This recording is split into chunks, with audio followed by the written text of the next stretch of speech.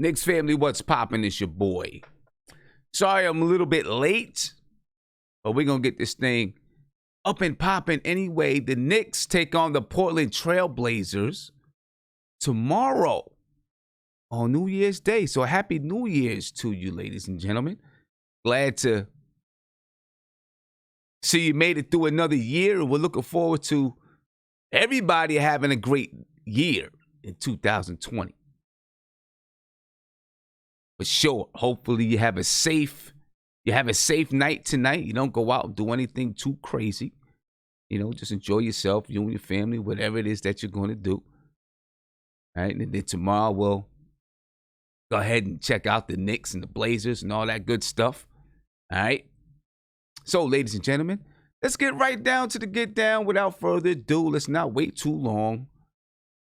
Let's get right into it. Hopefully you guys are enjoying the chat. We'll get some people call into the show, all that good stuff. You know how it goes, ladies and gentlemen.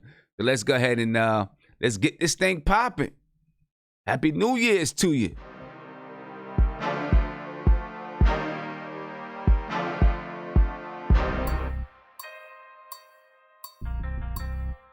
That's the thing.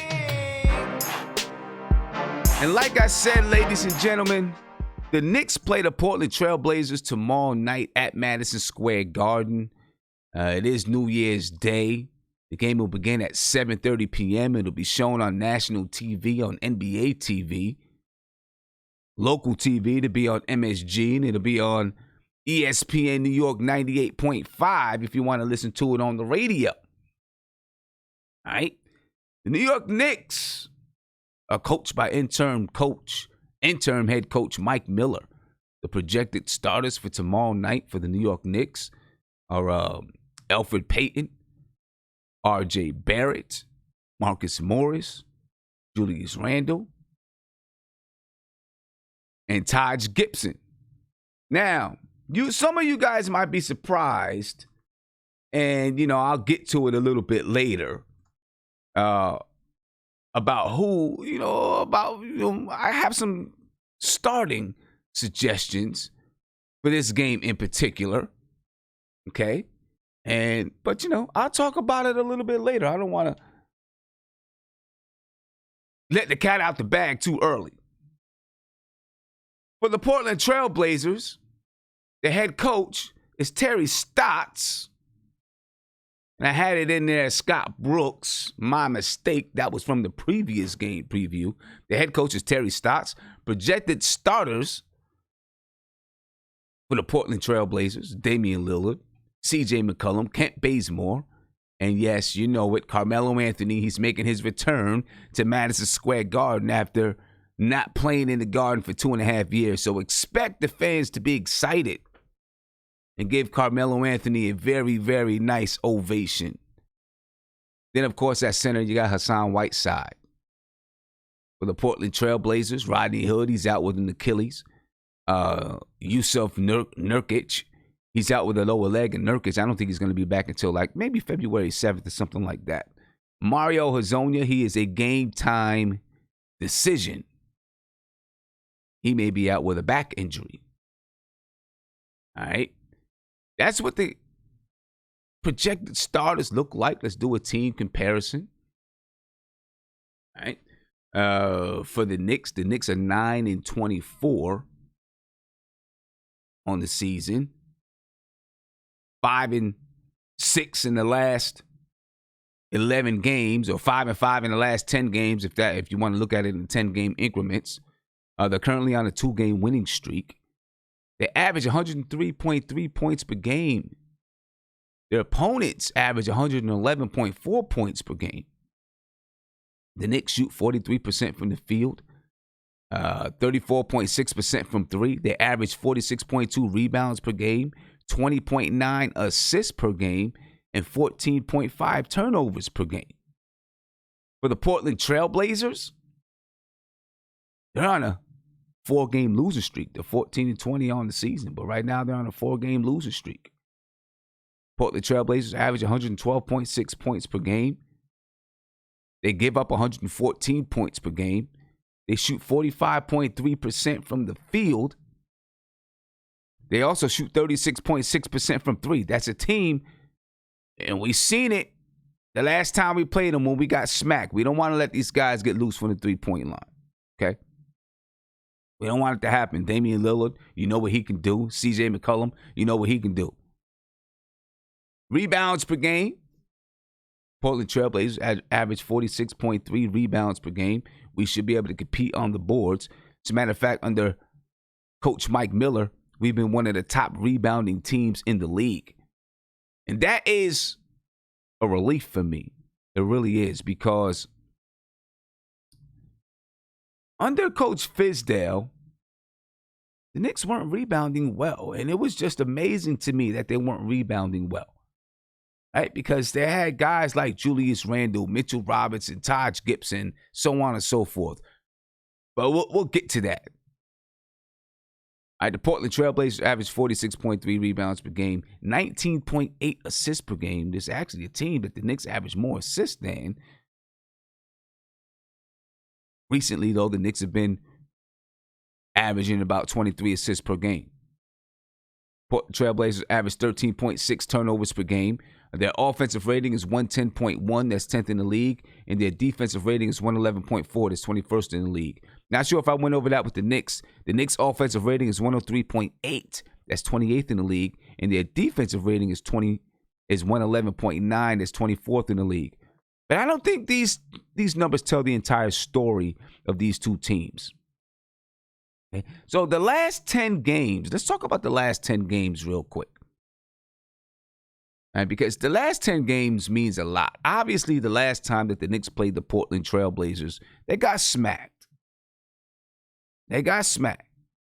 But if you look at the last 10 games, winning percentage, right, in the last 10 games, the Knicks are 500 in the last 10 games. All right, they are 5-5 in the last 10 games. The Portland Trailblazers, on the other hand, well, they're also 5-5 in the last 10 games, but they're on a 4-game losing streak. All right, points per game, the last 10 games. The New York Knicks, the last 10 games, they're 18th in the league in scoring, averaging 109.4. That's the last 10 games. The Portland Trailblazers average 112.3 points per game in the last 10 games. All right, that's not bad. That's not bad. Because the Knicks have been averaging, for the season, they average 103 points per game. All right, the last 10 games, the Knicks are averaging 44.8, shooting 44.8% from the field. That's up from their season's average of about 42 or 43% from the field. Okay, so that's good. The Knicks, the last 10 games, are shooting from the three-point line 32.5%. We'd like to see that. We obviously would like to see that go up. All right, because the Portland Trailblazers are shooting 37.5% from the three-point line. That's one of the Knicks' Achilles heel, right? So we got to make sure that we're paying attention to this three-point line. As far as rebounds are concerned, the Knicks are third in the league in the last 10 games rebounding the basketball. They're averaging 50.3 rebounds per game, while the Portland Trailblazers stay on their season's average at about 46.2. Remember, this is the last 10 games, ladies and gentlemen. Assists, the last 10 games, the Knicks are averaging 23.1 assists per game, which is very good for the Knicks. That's 17th in the league. They're tied for 17th with the Cleveland Cavaliers. I mean, it's very good for the Knicks. The Portland Trailblazers, those during that same time span, are averaging 19 assists per game. All right, so the Knicks over the last 10 games are a very different team. Very different team over the last 10 games. Looking at if you want to look at ratings, I will look at ratings over the last 10 games.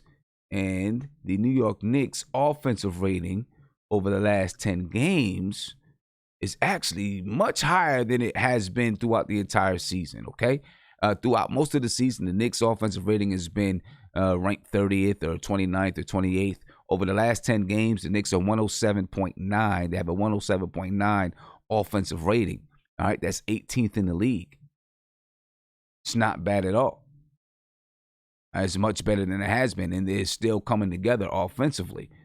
Their defensive rating as 110.5, maybe the lowest has been since the first few weeks of the season, and that's 21st in the league. So we're saying all this to say that, the Knicks are a much better team right now than they have been over the last 10 games. The Knicks have been a much better team. All right, let's look at some of the key matchups of the game. Obviously, there's two big key matchups for this game. Damian Lillard and Elfrid Payton. We know what Damian Lillard did the last time we played against the Portland Trailblazers. He went lunatic, especially in that first half. He went lunatic on us. He smacked us. We definitely don't want to see that happen again. Damian Lillard, he's 6'2", 195. He's point guard. He's averaging 27.2 points per game this season. He shoots. He grabs 4.1 rebounds per game, 7.6 assists per game, and he averages a steal per game. He shoots 44.4% from the field and 35.8% from three. But obviously, that's not everything when it comes to Damian Lillard.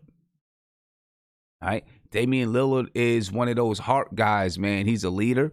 He's a guy that plays with a lot of heart, and sometimes his heart really does will his team to win or to just play well. So we need Elfrid Payton to do a good job on Damian Lillard. Elfrid Payton, he's claimed the starting spot for the New York Knicks. He's 6'3", 195. He averages 7.9 points per game, 3.8 rebounds per game, 5.9 assists per game. He averages 1.6 steals per game. He's shooting 39.4% from the field and 30% from three. All right, more than not, we need Elfrid Payton to be able to defend Damian Lillard, which is not an easy task. So it's not like we just say, hey, you go out there and guard Damian Lillard. That's going to be a tough task, obviously. But he's got to do it. We need him to defend Damian Lillard. We also need him to run the show. All right, we need him to run the show. We need him to make sure that Julius Randle stays in check. Try to help keep Marcus Morris in check. Sometimes Marcus Morris gets a little bit out of check. I'm right about it. There's a lot of Marcus Morris fans, a lot of Mook fans. I get it. You know what I'm saying? We like what he brings. But, sometimes he can get ahead of himself. All right, so we need to make sure that we do a good job on Damian Lillard. We'll talk about some, a little bit later, we'll talk about some strategies on Damian Lillard. And then you got CJ McCollum. CJ McCollum, he's another guy that can get to us. RJ Barrett, he's got his work cut out for him in guarding CJ McCollum. Okay? CJ McCollum, 6'3", 190. He's averaging 22.4 points per game, 4.3 rebounds per game, 3.7 assists per game, and just under 1 steal per game. He shoots 45.7% from the field and 37.3% from three. That's C.J. McCollum, ladies and gentlemen. Then R.J. Barrett, 6'6", 214. He's averaging 13.9 points per game, 5.3 rebounds per game, 2.8 assists per game, and 1.1 steal per game. He's shooting 38.9% from the field and 32.1% from three. A lot of people are a little bit concerned about R.J. Barrett and his production of late. You heard Mark the other day talk about, R.J. Barrett kind of standing in the corner, not being as active and those type of things. Let's just continue to watch and see what's happening and what's going on with R.J. Barrett. You know what I mean? He's a young guy. He's a rookie. He's learning his way around the league. There's a lot. There's a lot to deal with, when you're a rookie in the league. And everyone's going to deal with it differently. You know what I mean? So don't expect them to be Luka. I heard somebody the other day in the chat was like, what about Luka? Blah, blah, blah. You know what I mean? Luka is an outlier. He's not the standard. It's not the standard. All right. So, we'll see exactly. We'll see what R.J. Barrett fares. And I think he'll be okay. Not worried about R.J. Barrett.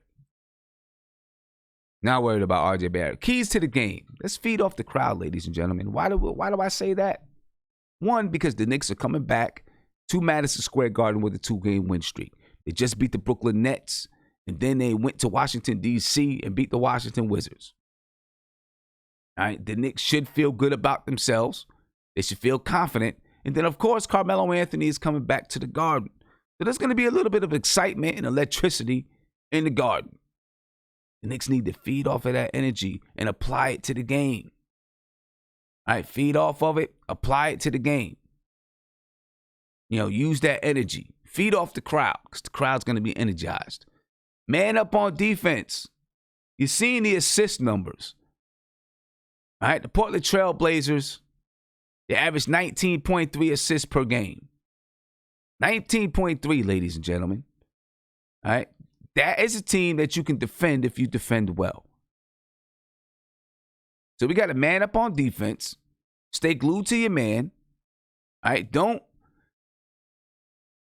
I'm not worried about it with Mike Miller because Mike Miller's not the kind of guy that tries to get too fancy on defense. His philosophy is very simple. Man up on your guy. Talk on defense is really old school. And that's the way we got to play these guys. A team that plays a lot of one-on-one. Play that old school basketball, okay? Play that old school basketball. We need help on Dame and CJ. Damian Lillard, the last game, had 31 points. He was killing us in the first half. It almost looked like he was going to go for 40 on us. All right, he led the way for the Knicks. All right, we've got to give Elfrid Payton some help. Elfrid Payton did play that game. All right, he wasn't the starter, though. It was Frank Ntilikina. And this team is very different. Very, very different from that previous game. All right, so we need to help these guards, help Elfrid Payton, help Frank Ntilikina, help C.J. McCollum to deal with Dame and C.J. Help RJ Barrett to deal with Dame and C.J. All right, because that's no easy task for anyone that's in the league, anybody. All right, the last game, like I said, C.J. McCollum, he only had 13 points. He was a little bit off. He was 5 for 14 from the field. Don't expect that. Damian Lillard, he had 31 points. He was 9 for 15 from the field. He was 8 for 12 from the three-point line. He also had 6 assists. All right, another guy that killed us in the last game was Hassan Whiteside. We're going to talk about Hassan Whiteside, all right? We're going to talk about Hassan Whiteside a little bit. CJ, continue to play disciplined basketball. But, we've been playing a little bit more disciplined on the offensive end. We got to continue to do that. All right, move the basketball. Try to find guys cutting to the basket, moving to the basket, play a little bit faster. It's helping our efficiency. It's helping our efficiency, and hopefully Julius Randle will continue to play the way that he's playing. Let's go at CJ and Dame. Let's go at them. Let's make these guys work. Don't make it easy on them. We need Elfrid Payton to go at Dame Lillard. Try to penetrate to the basket. Try to make his legs heavy. Go at that guy. All right. If you got Frank Ntilikina out there, maybe try to put him in the post a little bit. Not, you don't have to be a whole lot. Maybe a little bit. All right. Because, Dame Lillard may be a little bit stronger than Frank, but let's see what Frank can do. Let's just make him work. That's what I want to do. I just want to make him work. C.J. McCollum too. RJ Barrett, put him in the post. He scored. RJ Barrett could score in the post on Bradley Beal. He can score on C.J. McCollum too in the post. Put him in the post. Make these guys work. Try to make their legs tired for the fourth quarter. All right, try to make their legs tired. So let's go at C.J. and Dame, and then we need to use Mitchell Robinson to neutralize Hassan Whiteside, in my opinion. I think this is a game where I would start Mitchell Robinson. Hassan Whiteside is going to start at center. The last game, Hassan Whiteside had 17 points and 15 rebounds. I think this is a game where you start Mitchell Robinson and try to neutralize Hassan Whiteside from the beginning of the game. Like I said, he had 17 points, 15 rebounds, and 5 blocked shots. The last game, Mitchell Robinson, he had 14 points. He had 10 rebounds himself. He had 1 blocked shot. I'm sorry, he had 5 rebounds. Mitchell Robinson had 5 rebounds and 1 blocked shot. I think you throw Mitchell Robinson out there in the starting lineup this game. Try to neutralize Hassan Whiteside. right? Because they're not bringing that much more off the bench in regard to big men. So if you bring Taj Gibson off the bench this game, I don't think it makes too much of a difference in the way the game goes. I think you start Mitch this game. That's my opinion. I'd like to see Mitch start this game, try to neutralize Hassan Whiteside. And then, of course, ladies and gentlemen, of course, you got that guy that's going to be in the building, Carmelo Anthony. I'm pretty sure there's some people that don't want to hear about Carmelo Anthony. I don't know if Guillermo's in the chat or not, or I didn't get a chance to look at the chat. But Guillermo, yes, Melo's going to be playing tomorrow. So, you know, feel good about it or don't feel good about it, whatever it is you want to do. Whatever it is that you want to do. All right, but Melo's going to be in the building, and the crowd is going to be electric. Carmelo Anthony so far right now for the Portland Trailblazers, who are on a 4-game losing streak, the 14-20 on the season. Carmelo Anthony's averaging 15.7 points per game, 6.2 rebounds per game, 1.2 assists. Shooting 40.7% from the field, but he's shooting 38.9% from three. He's proven to be one of those 3-and-D type of guys for the Portland Trailblazers.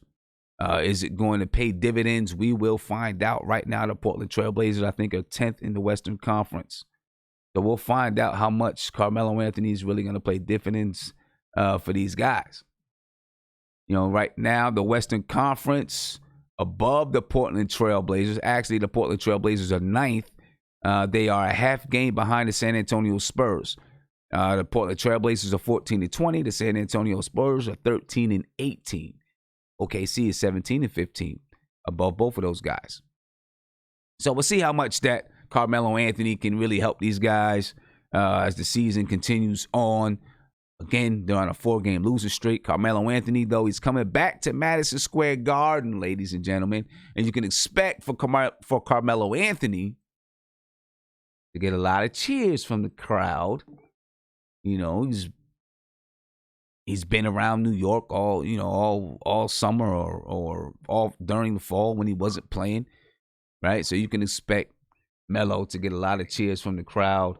But anyway, the Knicks take on the Portland Trailblazers, ladies and gentlemen, and be nice if we can get a win. This can be a good win for us. We need to try to get this win. This is a team that's not playing that well, but they're going to be desperate. They're going to be desperate, right?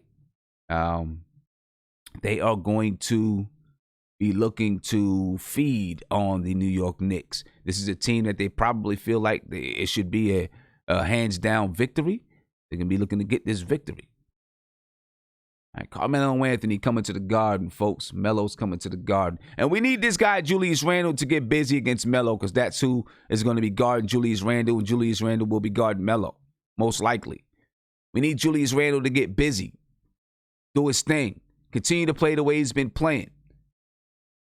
The last 3 games, Julius Randle's averaging 32.7 points per game, 9.7 rebounds per game, 3.3 assists, 3.3 turnovers as well. He's shooting 52.9% from the field and 46.3% from three. All right, so we need Julius Randle to continue playing this style of basketball. Come off and get his against Carmelo Anthony tomorrow night. All right, for the Knicks to have a chance to win this game. You know what I'm saying? Anyway, let's get to the YouTube chat, talk to some of these guys, see what's going on. We got Mark in the chat right now. I think this is the only person that's in the chat. See what Mark's talking about. You know what I'm saying? Who's Mark? What's good with you, brother? What's going on, Daddy-O? I'm chilling, man. I'm chilling. You still sick? Well, I'm a little better, but, you know, I'm still under the weather, though. But I'm good. Okay. I'm good. But let me talk about Portland. Yeah, let's talk about this game. Let me talk about Portland.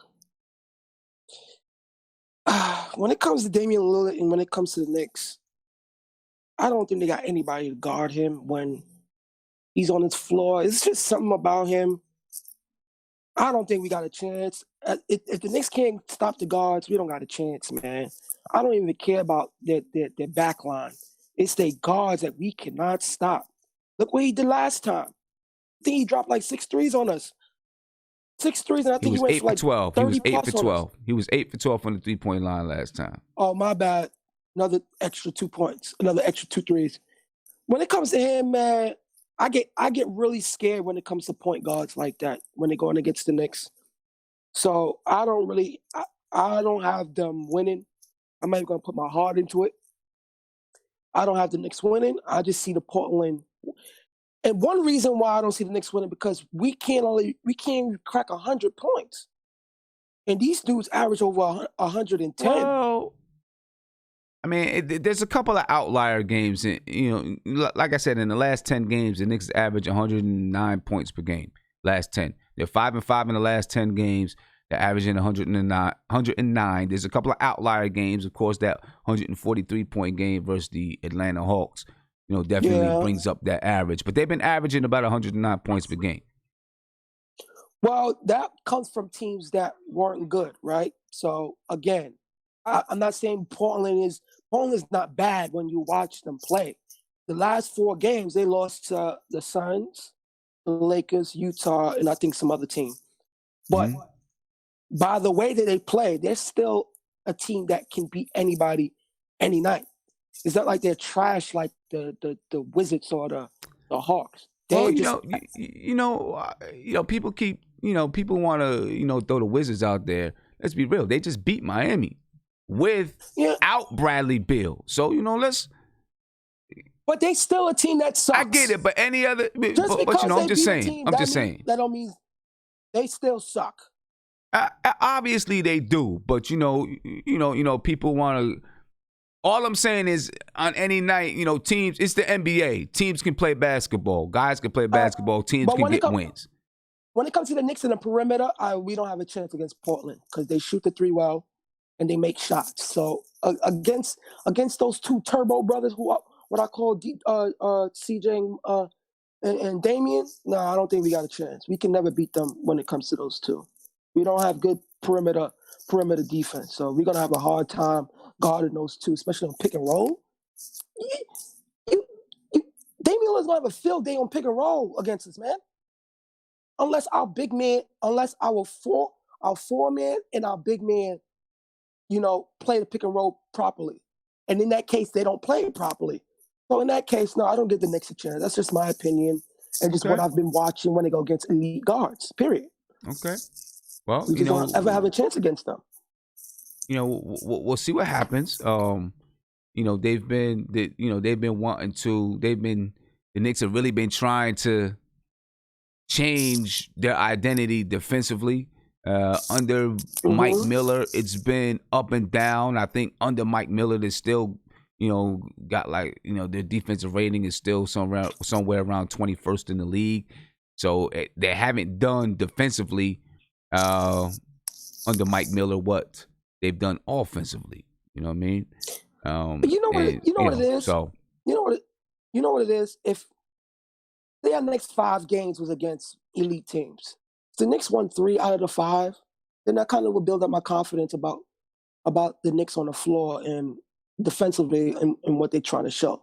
But until they show me that against elite teams, I'm not talking about these C-level teams. I don't care for that. I mean, Portland is basically they're not an elite team either. No, but what I'm saying to you, they're in the West. They score at an elite level, right? They're an elite team by elite scoring. They score elite still because they have 2 elite scorers on their team. The Knicks don't have that. So how can you go against that? I'm not going against it. I'm not going against it. I'm just saying they're not that good of a team. They're not an elite team. In my opinion, they're not an elite team. A lot of people are disappointed in the Utah Jazz, and you telling me they're not elite? A lot of people are disappointed. There's a clear difference in the record from the Utah Jazz and the Portland Trailblazers. All right, the Utah Jazz are 21-12. I don't care if other people are disappointed in them. I'm looking at what they are. They're 21-12. They won their last 3 games. They have an elite defense. All right, the Portland Trailblazers are 14-20. I know you're a Knicks fan and everything. You want to keep your little positive energy No. going. I'm not. It's not about that. It's about looking at it realistically. You know what I'm saying? The biggest problem is that the Knicks have trouble guarding on the perimeter. They got 2 elite guards, right? Mm-hmm. That's the biggest problem. But I'm not going to sit here and say that Portland Trailblazers is an elite team just so I don't sound like a homer. I don't think they're an elite team. When I mean an elite team, meaning that when I watch them on the floor, they can go against any other elite team. They're still an elite team. Yeah, they records suck, but anytime now, they can go off and win games, just like they did last year. If you look at the last few seasons with Portland, that's how they've been winning. That's how they've been getting to the playoffs. They suck in the beginning, and then the next half, they just go on the spree. We will see. We will see. This team, in my opinion, they're not an elite team. They're definitely not an elite team defensively. All right? They're towards the bottom of the league defensively. You know what I'm saying? And which makes them not an elite team, in my opinion. They're 21st in the league defensively. They gave up 114 points per game. To me, that doesn't make them an elite team. All right? Yes, offensively, they can go off. And they can score. They can go off offensively, which can make them dangerous. But to me, it doesn't make them elite. Okay. Doesn't make them elite. You know what I'm saying? If you're talking about an elite team can do it on both ends of the floor. Consistently. It's not like they have spurts of playing good defense, but they're not there all the time. But it's not like they suck defensively, bro. I watched them last night. Well, I mean, I'm not saying they suck defensively. I'm just saying they're not an elite defensive team. I'm just saying when you see them go off. They're not an elite defensive team. When you see them go off. Now, obviously, we're going to have some trouble dealing with CJ McCollum and Dame Lillard. That's going to be the biggest issue right there.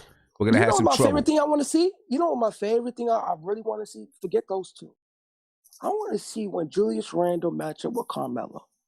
Yeah. That's what I want to see the most. That's what I want to see. I want to see if he could, supposedly Melo came in there and, he really turned up his game in the Garden.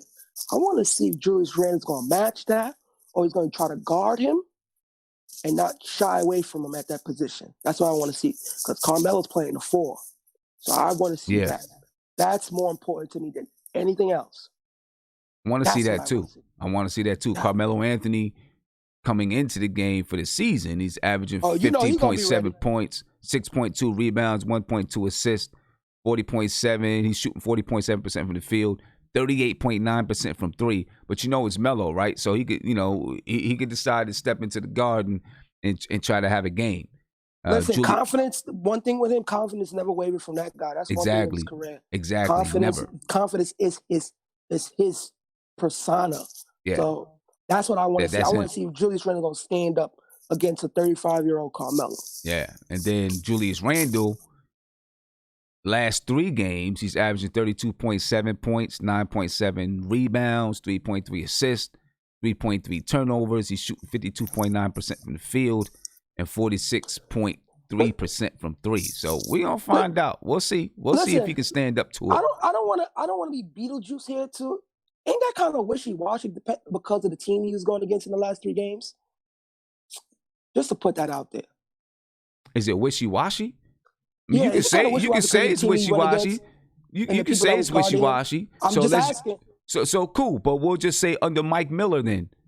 Under Mike Miller, Julius Randle's averaging 22.6 points per game, 9.6 rebounds, 2.9 assists, 2.1 turnovers, and he's shooting 47.1% from the field.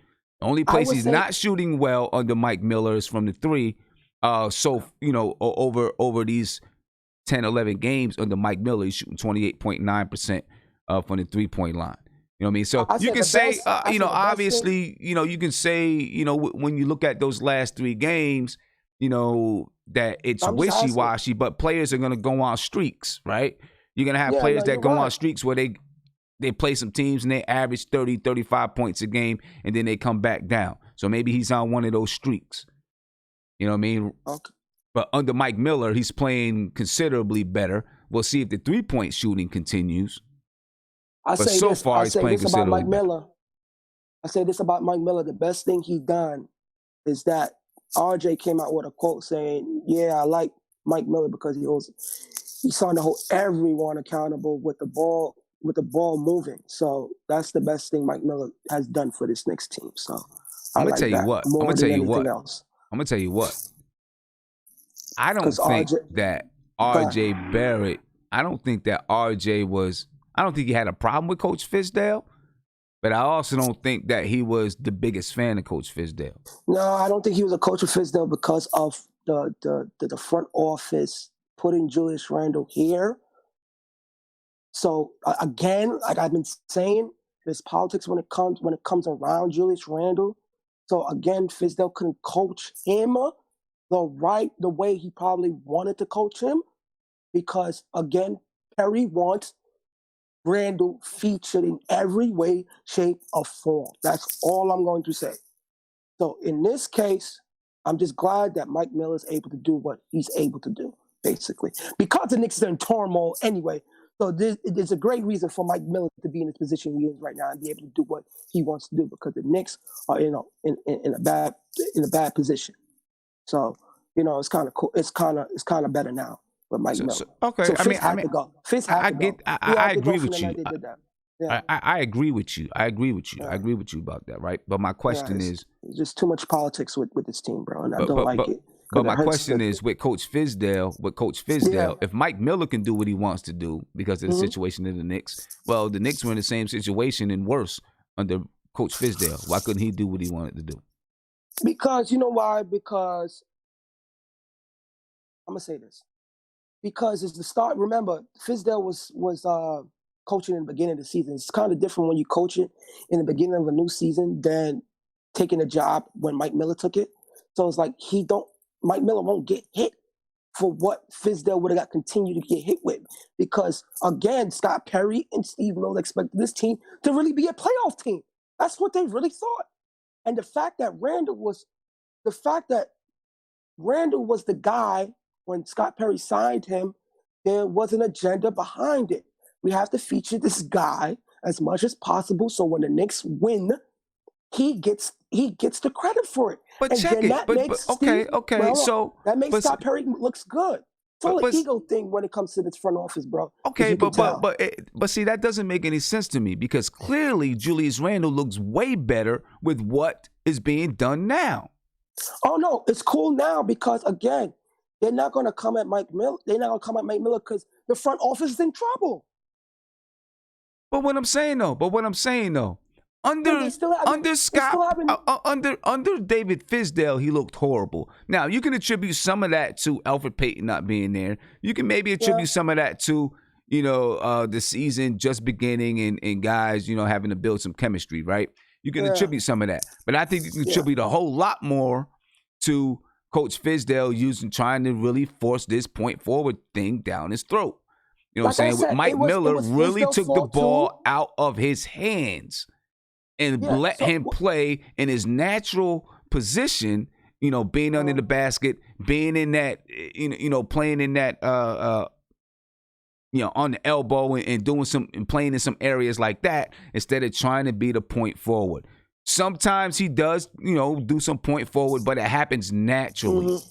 It happens naturally. He gets a rebound and he advances the ball up the floor or something like that. It happens naturally. It's not being force-fed, which I felt it was being force-fed under Fizdale. And two, they still haven't done a press conference to introduce the interim coaches. I never seen no team never do that. Wow. So again, this front office is full of janky crap. So it is what it is. But like I said, I'm going to watch this game tonight. If we get a win, that would be cool. But do I feel like we're going to get a win tonight? No. Well, it's tomorrow night. The game is tomorrow night. Tomorrow night. I'm thinking today is Wednesday. I'm just all over the place. Yeah. You're still sick. Can I ask you a question you're still sick. Before you go on to the next segment? Go ahead. I think that Cat Towns is out of the play for the Knicks too. Cat is out of the play for the Knicks. Oh wow. Yeah, well, I don't think we're gonna get him. It's over. I don't know. That's my last thing. Ladies and gentlemen, give me a call, 516-405-2246. All right. And I want to hear what you think about tomorrow night versus the Portland Trailblazers. Do the Knicks have a chance to win? There's Melo coming to the Garden. How you feel, about Melo coming to the Garden? I don't know if you feel any kind of way about Melo coming to the Garden. I know the fans are gonna give him, give him a good, a good cheer, standing ovation, and those type of things. Give me a call, ladies and gentlemen, 516-405-2246. Before you give me a call, let me just go ahead and say a couple of things. I want to say a big shout out to you and Happy New Year's to you. Subscribe to the channel. If you're not subscribed to the channel, do me a favor and subscribe right now. Ring that notification bell so you'll be notified whenever I go live, drop a video, or post in my community section. Also, if you have not joined to become a member, join right now. All right, join, exercise, and use some of those member benefits that you get. You know what I'm saying? I'm about to put out a link next week for members only. If they want to be, we're going to try to go to the Knicks game in January. You know what I mean? It's going to go out to the members first. They'll have a chance to purchase it at a cheaper price. And then it'll go out to everybody else. All right? If you're a member, you get access to that sooner. Next week, I'll be doing a live stream for members only. So if you're a member, you'll get access to that live stream. All right? So if you want to become a member, ladies and gentlemen, youtube.com/NothinButKnicks/join. And I'm going to put the link right here in the YouTube chat so you can join and become a member. Check out the benefits and, access some of those benefits. In the meantime, while you're checking that out, we'll get to a phone call here. Caller, you're on live with Nothing But Knicks. What is popping with you? Hey, Sim. This is Kev from Plainfield, New Jersey, a.k.a. Steve Mills. How you feeling, man? I'm good, brother. How you feeling? Hey, everything's everything. Hey, we got to get Mark some positivity pills because I know Knicks in the past hasn't done anything positive, but man, he should be a Debbie Downer, man. Nah, I mean, he makes a lot of sense though. We have trouble guarding. When we play teams that have good guards, man, we have some trouble with it. Yeah, we have some trouble. I agree. With it. Yeah, I totally agree with that. But here's the player that you mentioned that I really didn't think was going to make a difference, and that's Hassan Whiteside. I mean, he was blocking stuff. He was getting the rebounds. He was putting up shots too that I didn't think. I didn't think that he was going to make that much of an impact, but he clearly put his name on the game, and that's one guy that. And I totally agree with you. I think Mitch right now is ready to get into that starting lineup right now. I would like to see him against Hassan Whiteside. Yeah. One thing that I wanted to ask you. Okay, so we have the same group of players right here. What is it of a coach that distinguishes himself? And I'm probably saying it wrong, but what's the difference that you see from David Fizdale to Mike Miller? Because I see a lot of stats going up in Mike Miller's favor, and I just want to get your take on what is it about a coach that gets the players. Well, I think with Mike Miller, it's a little bit more about him being a tactician, and paying a little bit more attention to detail, and not you have some coaches who look at a philosophy but may not pay attention to the details that you need to make that philosophy work. I think Coach Mike Miller pays a lot more attention to the details and understands how to take advantage of another team's weakness, and also disguise and hide our weaknesses, and coming up with schemes and strategies that will help the Knicks, like I said, disguise a weakness or stay away from one of their weaknesses, but exploit another team's weaknesses. So I think he's very good at that, and coming up with strategies to help exploit a team's weakness. And I think that's been one of the biggest one of the biggest changes that you see. Obviously, the way he's using Julius Randle, he's keeping the ball in the guard's hands a little bit more. And I think part of that is how is him not utilizing, but capitalizing on another team's weakness. So I think that's one of the biggest things that you see. You know what I mean? Is he knows how to do that. Now, he's been coaching for a lot longer than Coach Fizdale, right? Coach Fizdale, obviously he was with the Miami Heat as an assistant coach. He coached for Memphis Grizzlies. But Mike Miller has a long history of coaching college players, and players who are in the G League. He coached for the Austin Spurs. He coached for the Westchester Knicks. So while Scott Perry and Steve Mills thought that David Fizdale would be a guy that could really relate to the players, Mike Miller is a guy that has experience relating to younger players that's in college, players that's developing, players that's trying to get into the league,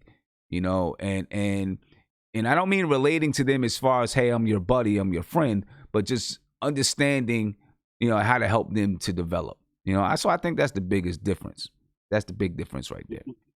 Yeah, like what they're special at doing. I totally agree with that. And I noticed like some little things that are happening at even with Kevin Knox. As much as we tried to get him to be on that level, not saying that he is right now, but as much as we tried to get him to be on that level defensively, I can see him competing more on the defensive end, and I think that's a tribute to Mike Miller.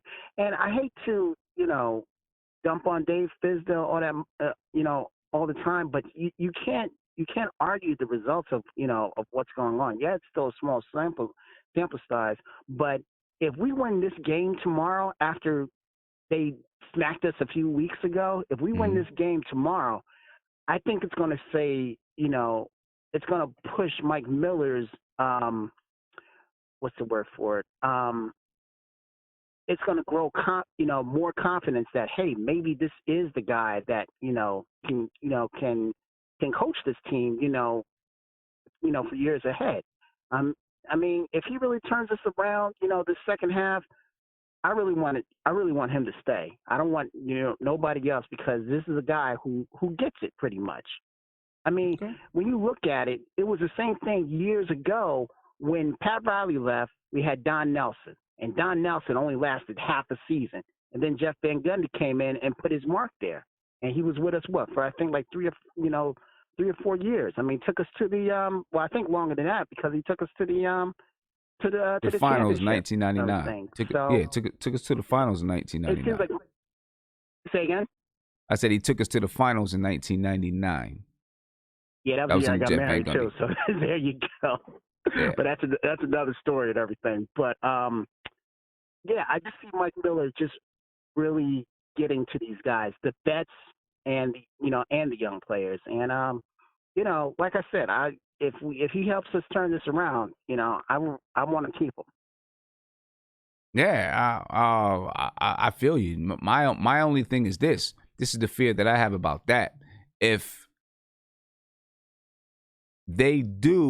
if the Knicks end up getting a new general manager, president, whatever it is, then that person realistically would want to have their own guys come in, right? Their own coach come in.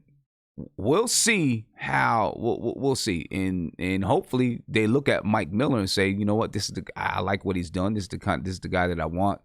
But I think that's what if a new guy came in, and I don't think you're gonna see that interim label lifted off of Mike Miller this season. Okay. I don't. And here's the other thing with that, okay, so if they do bring in let's say they bring in a whole new management team, and they go with it, you say that they're going to go with a coach that's comfortable. Well, then you look at the players, especially our young players. Now they've gone through almost three coaches, and some of them really don't know where they're going. And that's one. I like what you said a couple of a couple of videos back where you said how a lot of these guys are 18, 19, coming to this league, playing on the biggest stage, and it's a culture shock when they're getting booed, the way they are, and they don't know how to handle that. You got to cuddle them. So now you bring in another coach, and we've been through almost 2 or 3 coaches, and it's like, where does that young player going? You look at the Ntilikina, the Dotsons, the Knoxes, the Triers. It's just. All I'm saying is, if something's working, if something's not broken, don't fix it. Okay. Pretty much. I feel you. We'll see. Obviously there's still a lot to the season left, a lot of time to the season left, to see where this goes. To see where this goes. But if he gets us close to the playoffs, if he gets us close, forget playoffs. If he has us at a decent record at the end of the season, I would give him a contract. Okay. I don't care who's the new management, or if it's still the old. He's got to get a new contract, because he's the only one that's really getting to those players and those vets as well. Okay. All right. We'll see how it goes, man. Hey, right, Kevin, I appreciate your call, bro. Yeah, you have a great Happy New Year, and go Knicks. All right, do the same, man. Definitely go Knicks. But speaking of Mike Miller, it's gonna be tough for him. It's gonna be tough for him come down the end of the season if we get a new executive office in there. Let me get to another phone call. Caller, you on live with Nothing But Knicks. What's popping? Hey. What's going on with you, bro? This is Jose. I'm calling from Tampa. From Tampa? How you doing, man? How you feeling? Good. How are you? I'm pretty good. Been a fan of the Knicks since 1986. I think that's when we drafted Patrick Ewing. Yeah, about that time. Been a fan for a long time. Kind of started following the Knicks when they were kind of down on the luck with the pro Bernard King going down, and then I really committed. Once we got Ewing, I was like, hey, here we go. And I've been out for all these years. Been a long time. Been through a lot of things, but mainly because I've been seeing so many different things happen with this team.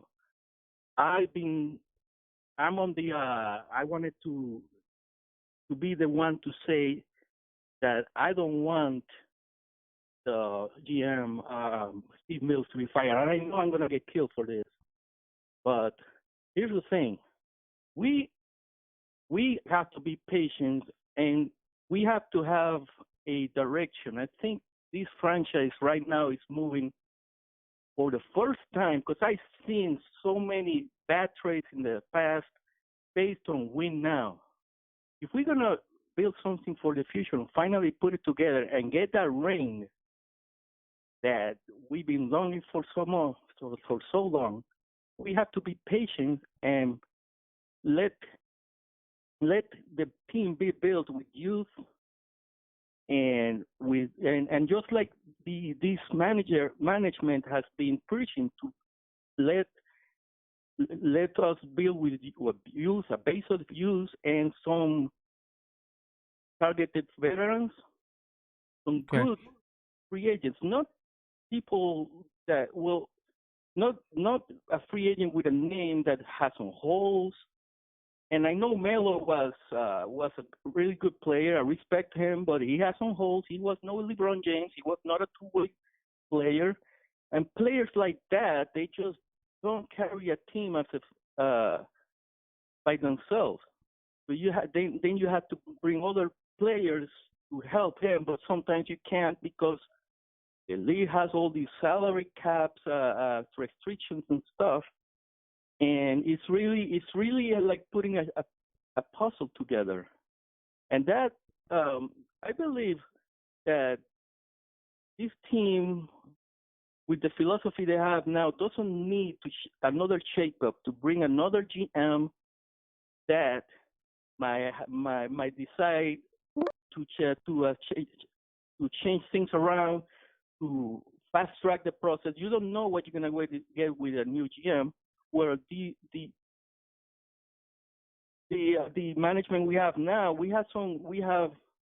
I know Steve Mills. Yeah, I'm not gonna defend Steve Mills, but I defend Scott Perry, and I defend their idea out there that they are throwing at us of building slowly and finally build for a championship. I think the team is in a good place. This year, I understand a lot of frustration from the fans because this year we really looked really bad at the beginning of the year, and it was. I think what they really tried to do is what kind of like an experiment. They tried to kind of put together a bunch of players that had chip on their shoulders. They're not unproven players that they've been around, and they thought that they might be ready to step up. And the same thing with the rookies. They thought that some of these rookies might step up also, and that they were going to have a big all these practices guys going at each other like pitbulls, and it didn't happen. And that's the most frustrating thing about this year. When you look at the just the way that the rookies have been playing, it's been really, really key to the disaster that's been the beginning of this season, which is it's getting better now, but before when you look at DSJ, I don't think anybody expected, and I saw some of the shows before the season, some of your shows, and I saw that people were really hoping that he will be a catalyst, and he's been nothing but. So right.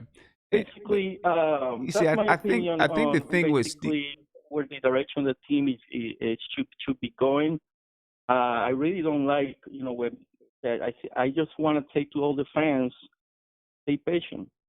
Okay. And see, I think the thing with Steve Mills, though, the thing with Steve Mills is that he's been around forever,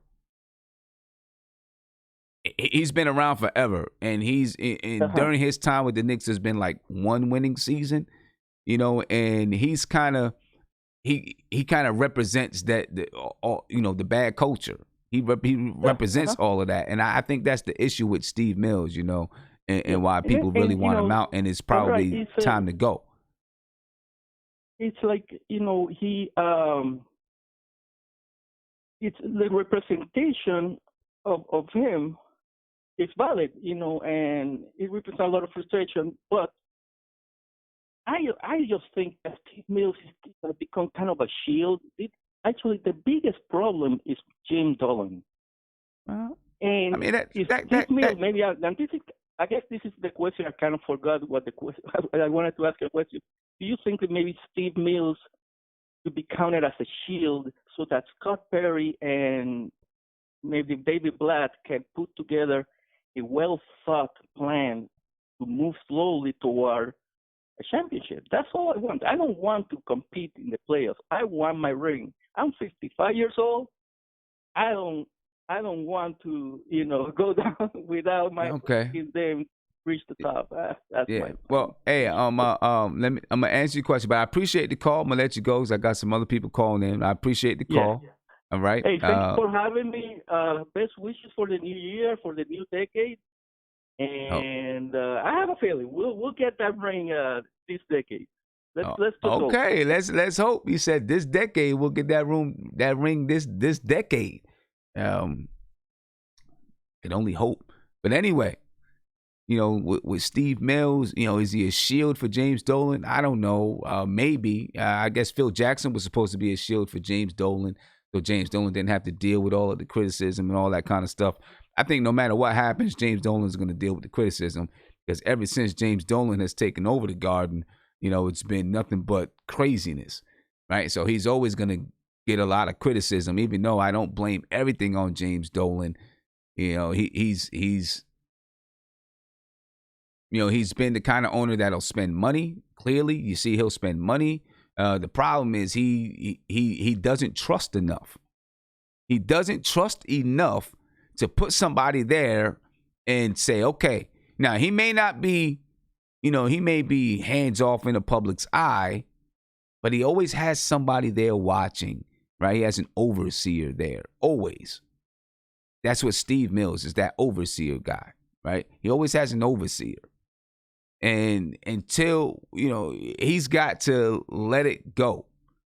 He's got to say, I'm putting somebody there. I'm not going to have an overseer, and I'm going to let you run the show. You know what I'm saying? Even with Phil Jackson there, he didn't have full autonomy. Steve Mills was the overseer, or the eyes and ears. Let me say that. He wasn't the boss of Phil Jackson, but he was the eyes and ears.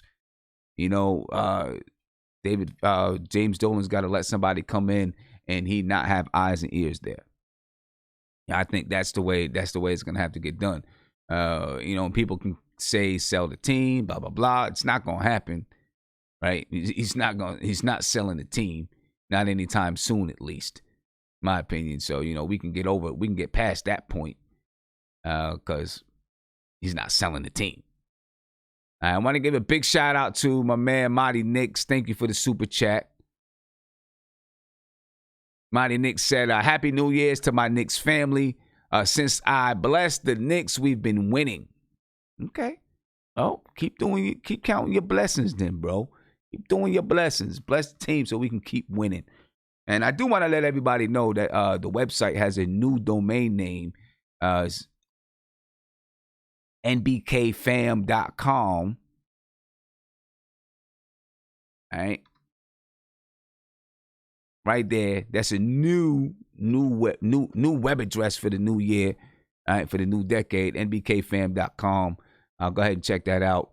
And hopefully we'll get that blog pumping up over there too. You know what I'm saying? Anyway, let me get over here to the video chat. We got Guillermo just joined us in the video chat. Looks like, Guillermo got a day off of work for the new year, whatever. You know what I'm saying? So, that's what's up. Guillermo, what's going on, man? Yes, I did. Yes, the hell I did get a day off of work, man. It was beautiful. That's what's up, man. That's good. Let me kill that caller real quick, man. This is what I talk about with Knicks fans, bro. We are too many of us are too emotional. And we're too simple-minded, and we don't think with nuance, right? I know people kill me because they say every time we win or something, I have something to say. Look here. This team ain't a playoff team right now, so until the Knicks at least are sniffing 45, 50 wins, with every win we have, unless we're winning by 50 and everybody is shooting 50%, I'm going to always criticize. That last caller, my dude, I don't know what you're looking at. When you have something structurally wrong with the team, it don't matter if you go on a run where you win you're 5 or 6 or whatever, blah, blah. There is something structurally wrong with the Knicks. You have misers. Go look that up. Misers. Or imagine a bunch of mini Lokis running around, running the Knicks in Steve Mills. There's a lot of trash that Dolan has to clean up, and that's also within himself in terms of how he runs his team. That's why he's allegedly looking at guys like Masai Ujiri, because he needs something called stability. He needs credibility. He needs balance. He needs talent to run this team, because that article that Ramona Shelburne wrote and the stuff that also, I'm not going to go into the whole KP thing, but the stuff that they were talking about with this team and the rumors out there of what happened, I'm not going to go KP. That's disgusting. And that's why people look at the Knicks as a joke franchise. I'm not talking about the Randall thing, because I actually was on board in terms of bringing some of these free agents in, blah, blah. You didn't get KP, or you didn't get KD, Kyrie. But there's something structurally wrong with the Knicks. We cannot just go by, we got 5 out of 6 wins, we're turning around. No. Turning around is when you have free agents coming to play with you. Turning around is when your total wins for the season against all competition start to improve. You have chemistry. You have guys coming to want to play with each other. Turnaround is what you saw with Donnie Walsh and D'Antoni before Melo came, when they had that young team finally blossom. Hey, Gallinari's finally going to the basket, getting fouled, getting more points. You had Wilson Chandler improving his three-point shooting to around 40%. Felton looked like he should have been the all-star point guard that year if it wasn't for Rondo. Stoudemire and Felton had a great pick-and-roll system going on. You start to see the defense gel. You saw, Landry Fields, second up in runner of Rookie of the Year. That's what you get with turning around. Not when you have 5-6 games. So with Knicks fans, again, look with nuance. It's not that hard. If you're a Knicks fan from 93, I'm a Knicks fan from 93. probably even 92, because I think I was watching before 93. The Knicks fan from 92, you should know what a good run organization looked like, because it's being run with the heat. It's called Pat Riley. That's what a good organization is. So all these people that talk about, oh yeah, I'm a Knicks fan. If you ain't watching a game like that, bro, you're just a casual fan, man. Just try to look at it with a little more. I'm not gonna insult the guy, but try to look at it with a little more nuance. That's what I was gonna say. He can't. I mean, he's got the right to have his opinion, though. Yeah, but he's got the right to have his opinion, bro. You can have your opinion, Sim, but I think that as Knicks fans, man, and if you're talking about your Knicks fan now after 20 years or whatever years of ineptitude, I think you should afford yourself. I think you should upgrade, right? It's like, all right, I got what is wrong? Why is it that this team's not doing good? You owe it to yourself to analyze why the team is not doing well, and then better assess why they're not doing well, and then form better opinions. But it's not just him, Sim. There are a lot of other Knicks fans in the chat room too who say the same thing. And it's like, bro, like we get, and then you get into these arguments, and it's like, bro, like the Knicks are not a well-run franchise, and it's like, why is that people look, Mike Miller might be a good coach. Don't get me wrong, I like Mike Miller. He has the guys playing a little better on defense. The balls run out a lot quicker. Drew's ran him for the past 2-3 games, whatever many games. I ain't saying it's a turnaround, but he looks better than where we had him. Quicker decisions, blah blah. But it's like, come on, bro, this Knicks team. And the thing about it is that when I say this as a so-called Knicks fan, I want it so that Knicks fans, that when we start to see trash, we also don't support it. Now, don't get me wrong. I had my jersey. I bought my jersey to begin the season. The RJ Barrett, I was all hyped. But I have not been to, I want it so that Knicks fans, we have the power, we have volition to make our voices heard through our pockets. And when you have people say, oh, yeah, hey, 5-6 games, yeah, we're doing well. It's like, bro, no, we're not doing well. We got to wait until things draw out. Look, if this guy brings in Westbrook, I know the rumors. But if this guy brings Westbrook and tries to, Steve Mills tries to fortify himself by bringing poison pill situations and contracts to the team so he could just stay and now it's hard to fire him, that's an issue. But I don't want that Knicks fans think that, oh, we got Westbrook. Yeah, I'm going to go buy tickets again. No, it's like, bro, this guy he needs to care about what the fans say, because the records aren't doing well. Look, the Knicks were winning. Who the hell am I to complain? The Knicks were, 50-game winning team. And I'm sitting here complaining, the structure. It's like, dude, well, we're still winning. We're going to playoffs. We have a team that's competing every night. We might compete for a championship. That's different. But come on, Sim. Like, us as fans, we got to make our voices heard, man. Because I am a fan of four franchises. I'm just saying the guy has his opinion, bro. Just like you have your opinion. He has his opinion. He has the right to express it. That's why I say I'm not trying to insult him. What I'm trying to say is I think as Knicks fans, because look, I'm a fan of four franchises with terrible owners. The Knicks, the Mets, the Jets, and Manchester United. And all those four teams, the owners don't give a flying F about what the fans say, but we still go out there and we financially support these teams. What I'm trying to say is that maybe it's time for us to start pulling away our support. The Knicks is going to be hard because all these stars want to come and blah, blah.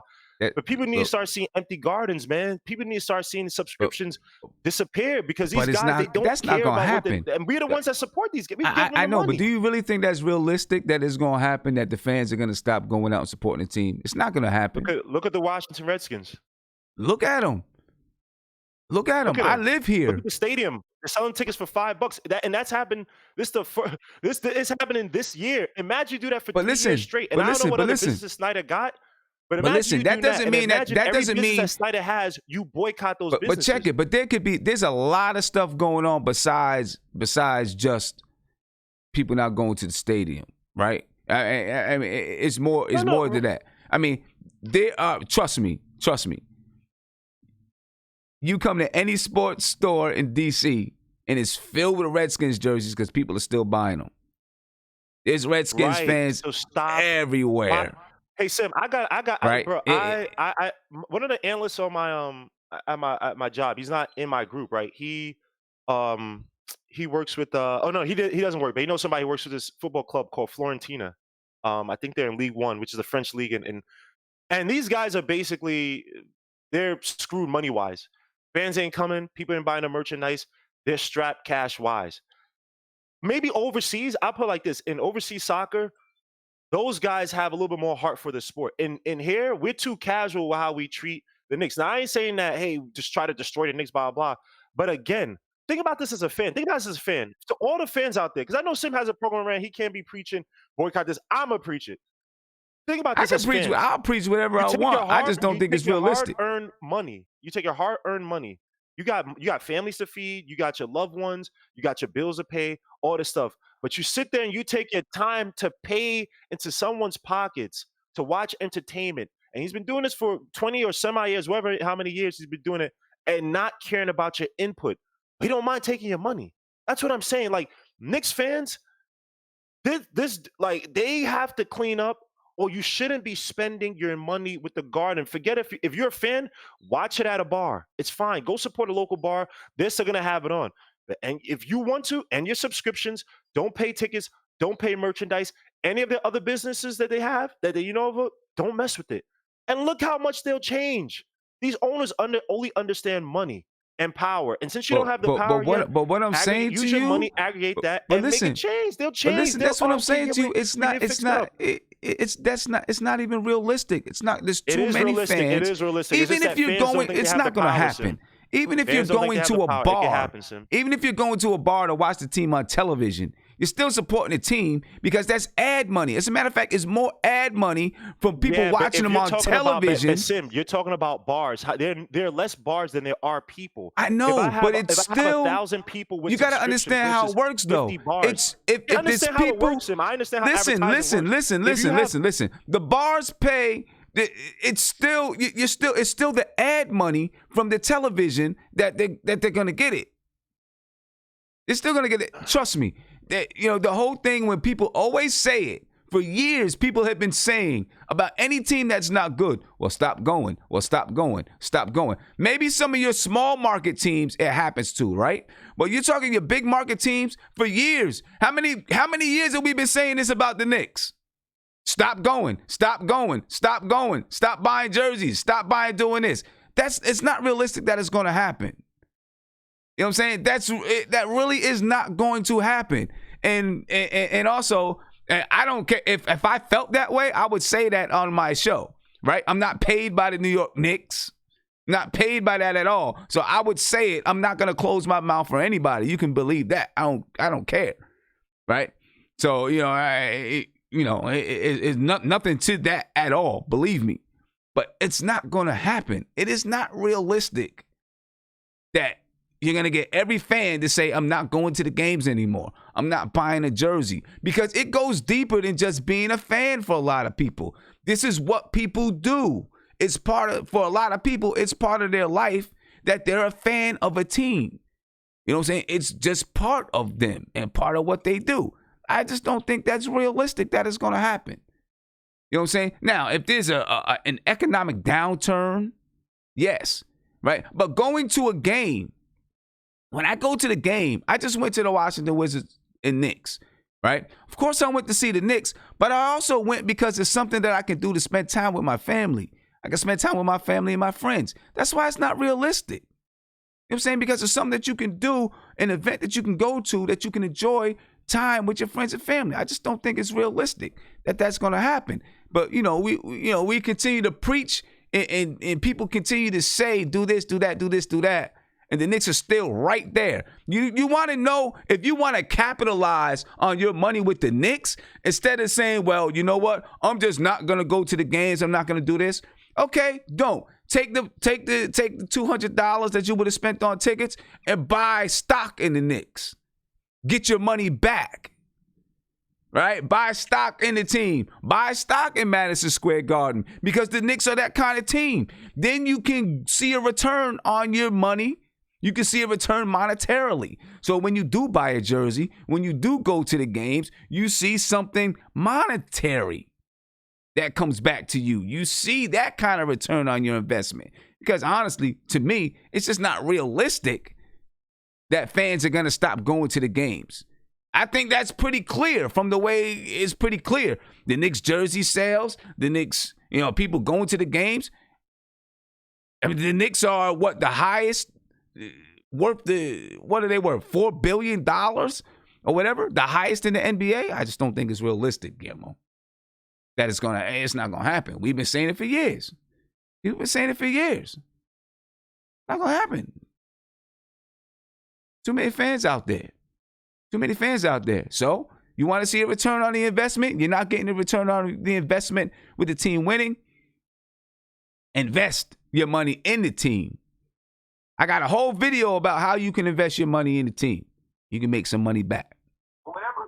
Caller, you're on live with Nothing But Knicks. What's popping? It's not gonna happen. We've been saying it for years. Hello? Hello? Yeah, you're on live, bro. You want to turn that down in the back? Yeah, I turned it down. My bad. Go ahead, man. What's going on with you? Hey, this is Jay in Harlem, man. Like, I was listening to the show, and I feel what y'all talking about, but realistically, people are not going to stop watching the Knicks. Like, this is New York City. Like, this was in Oklahoma or something like that, and people stop boycotting the games, they're not going to go. But this is New York City. You got tourists come over here to New York City. You got the fashion district right over here. And you got Madison Square Garden right in the middle of Manhattan. Everybody want to come to New York. So when they want things to do, they're going to go see the Knicks. So people boycotting, that's not going to change anything. They're going to make money hand over fist, corporate sponsorships and everything. But the reason why I feel like everyone feels the same way, Mills needs to get out of here. And he's about to be out the door, but I feel like Coach Mike Miller is tied to him because he's the one that kind of elevated him into that position. So I want to give Coach Mike Miller all the time he needs, well, at least into the rest of the season, to see how he keeps on developing this roster up. And if Julius Randle could keep on turning to the player who we signed him at the beginning of the season, who we thought he would be, if RJ develops more into a franchise player, who we think he can be as well, too. So just give Coach Mike Miller some time, because I feel like once we put a new GM or a new president inside there, he's going to have his own coach he want to put inside there.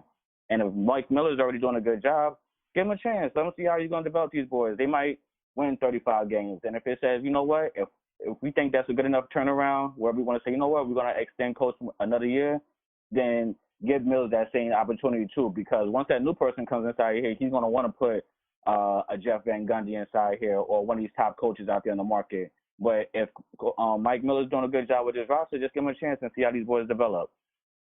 No, I mean, I agree. I'd like to see if Mike Miller continues to do a good job. You know, and of course, you know, it's been 11 games. I think, you know, they're 5-6. We'll see how it continues to go. I just think if a new regime comes in, I'm not saying that they won't keep him around, but they're probably going to look. You know, so I don't think we would see the interim tag come off of Mike Miller. It's not going to happen during the season. I would be surprised. I'll say that. I can't say it's not going to happen. Right. I'll say I will be surprised if that interim tag comes off during the season. Right, and the thing is, another thing I want to mention too. I'm just tired of these fantasy turnarounds. Like, it seems like every 2 years, everybody's like, all right, trade the whole roster and go trade for this franchise player. Like, Cat Williams is not the answer for this franchise. Like, he can't even get the Minnesota Timberwolves barely, and the Timberwolves out there in the playoffs over there.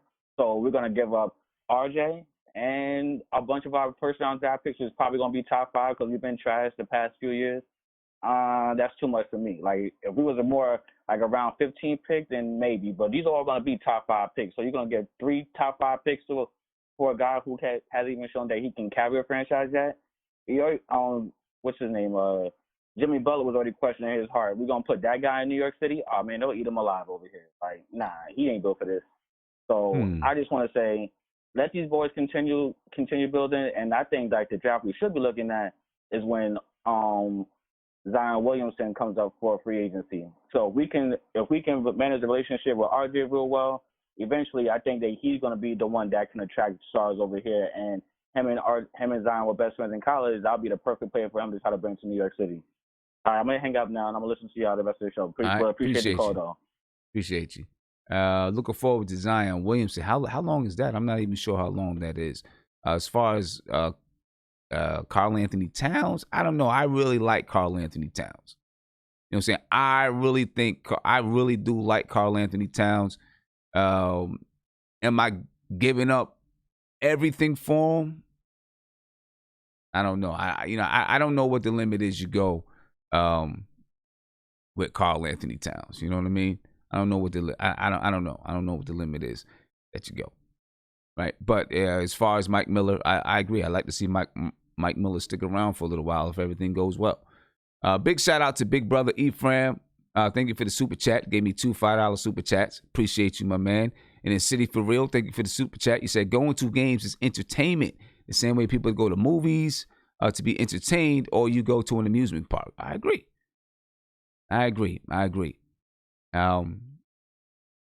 Guillermo, I was trying to come back to you, but you were quiet. I think you thought I still had you muted. I was trying to come back to you. I'm coming back to you now. B12. So I mean, it's Hey, I Guillermo? have better investments. I make that around. Guillermo? I'm not paying Guillermo? for. Guillermo? Hey, Guillermo, can you hear me? For a team in New York.